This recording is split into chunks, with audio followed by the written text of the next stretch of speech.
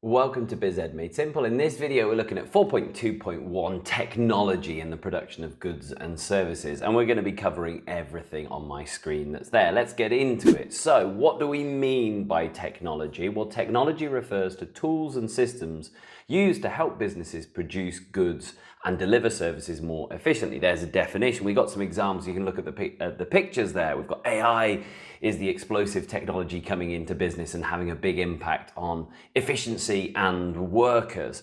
Tractors, though, been there a long time. Okay, what's the difference between automation and mechanization? Well, mechanization are machines that assist workers. So, for example, a tractor still needs a human. Automation are machines that operate without human input, and therefore that worries people a lot more. We're going to come back. The difference you can see at the bottom there.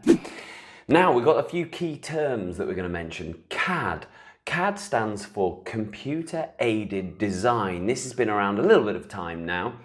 So we're looking at when we're designing cars, it used to be, or designing buildings, architects, they do it with a pencil and paper. I think it's fairly obvious we don't do that so much now. Most things like this car is going to be designed on a computer using computer software, and that would be computer aided design. If we think about it, why have we got rid, not entirely, but why have we got rid of the pen and paper? Well, doing it on the computer using things like Adobe and those sorts of things, and Canva for designing things. Why is that beneficial? Well, we've got higher accuracy. When we're doing it on a computer, we can go to the hundredth of the millimeter when we're getting the designs. We can make sure everything fits together. It saves time. Now, not initially, when you have to learn. If you ever tried these, I use these things quite a lot. The first few months are just terrible as you try to learn the software. But once you're up and running with it, it's definitely much faster. It supports customization. If we think about this, you design the car or whatever, or a birthday card on a computer, then you take it to your boss and your boss says, yeah, that's good, can you do it in green? Well, straight away you can do that, just a click of a button. If you're doing it with pen and paper, you'd have to start all over again. So CAD has those benefits. Next, we're going to have CAM. Well, CAM stands for Computer Aided Manufacturing. So that's not the process of designing, that's the process of actually creating it. So it's the use of computers and controlled machinery in the production process, just like this machine we can see on my screen there. 3D printers are a great example of this that have come out of business, and actually some people have them at home as well. So they build it up from layer by layer. I haven't got one, but I know lots of people who have. So they're useful, even the 3D printer. You don't have to be a large scale business now. You can do this if you're fairly small scale, and they're very useful in the prototype small scale production. The benefits of CAM, again, we've got high level of accuracy. You can cut to the hundredth of a millimeter, which a human eye couldn't do. So high level of accuracy, and reduces errors because it's a computer doing it. It doesn't get tired on a Friday afternoon or think about lunchtime. Less mistakes are made. Although we could add, when mistakes are made, when they go wrong, they go massively wrong. But generally less mistakes are made. We've got faster output because the machines run quickly and continuously, they don't have a lunch break. You're going to have faster output, and it reduces your labor costs, not to much of the enjoyment of the workers perhaps in the world we're going into, but for a business you need less workers. You can get one machine that did the work of perhaps 1,000 people, so you don't need to pay those 1,000 people. Now, example of technology in services. It's all very well, that was in production of stuff, but what about in the service industry? So we've got a few examples of technology, more and more we're using it.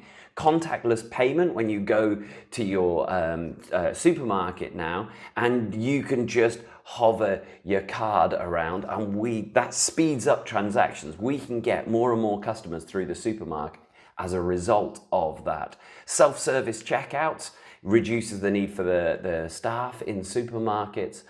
We've got online bookings and chatbots massively exploding this year with AI, much to people's frustration, but this is technology that businesses are trying to bring in. Mobile phone apps for banking and delivery and customer services, the online of Amazon and those sorts of things, and online shopping and eBay, all of that is technology, is completely changing the way that service industries are working, booking your restaurant online instead of having to phone up and speak to someone. What are the overall benefits of having it in the service industry?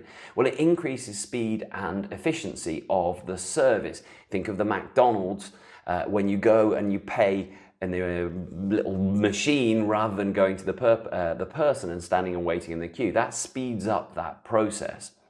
It reduces the need for labor and lowers costs. Well, therefore, if you go to that robot, they don't need as many workers working on the till in McDonald's. So for the business, it reduces their labor costs. It improves customer convenience and satisfaction. In fact, a little aside to this, apparently I was reading that one of the reasons they have that is because now people order far more. They get embarrassed when they order 3 burgers to a person.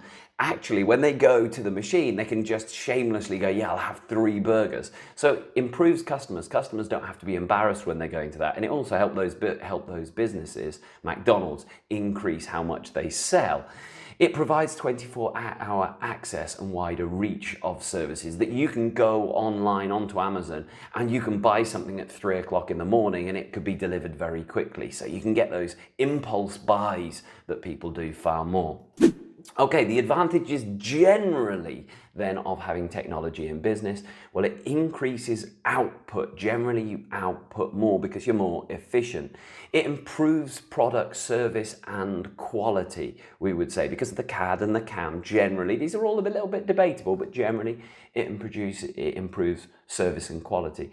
It saves long-term costs. That's where businesses like it. You have initial high costs when you have to buy the big robots and things like that. Very high initial costs, but in the long run, it should bring your costs down. After a couple of years, once you've paid for it, it's going to reduce your costs. It helps you gain competitive advantage. If you're a restaurant that doesn't have the mobile phone app to order your food, then you're going to be left behind because people are going to say, oh, it's way easier. I'll just go and order it online. I don't have to stand and wait in a queue. And it supports innovation because of this technology, because of the fact we can cut to a millimeter, 100th of a millimeter. We can do new, exciting, innovative things. So all of that gives business an advantage. What about the impact on employees? Well, it can lead to safer working conditions. They don't have to be sticking their hands into dangerous machines if they work in a factory. The robot can do that for them. We can have less physical effort. We can use the tractor to just sit and drive around and plow the fields rather than actually having to get a spade and shovel it or whatever you do in a farm. Not doing very well there. We've got opportunities for new roles for these people. So the person might be frustrated that previously just dug up the field. Now they've got a new role of using technology in some way. Okay, you might be saying, yeah, that's not much of a strength, because you're right, there's disadvantages to the employees. The first thing is job losses. That person who worked on the farm probably actually didn't retrain and learn how to use high-tech stuff. They just lost their job. So very stressful for people. Those that do need retraining. And maybe they don't want that. Maybe they're happy with that. Maybe they don't want to. Lots of teachers that come in with, oh, there's the new AI technology that I talk about to lots of teachers, and they hate me for it. They go, I don't want to learn how to use ChatGPT. I've got my way of doing things, and now you're making me do all of this extra stuff. So that can create resentment and demotivation. And even if they don't lose their job, perhaps right now we're hearing about in the world of workers are constantly living in fear of losing their job. And you can relate that to motivation and Maslow. So insecurity and stress is coming out of this. That's it. That's technology you've done very quickly. I hope it helps. As ever, any questions, write them below, and don't forget to like, subscribe, follow, share, all of those things.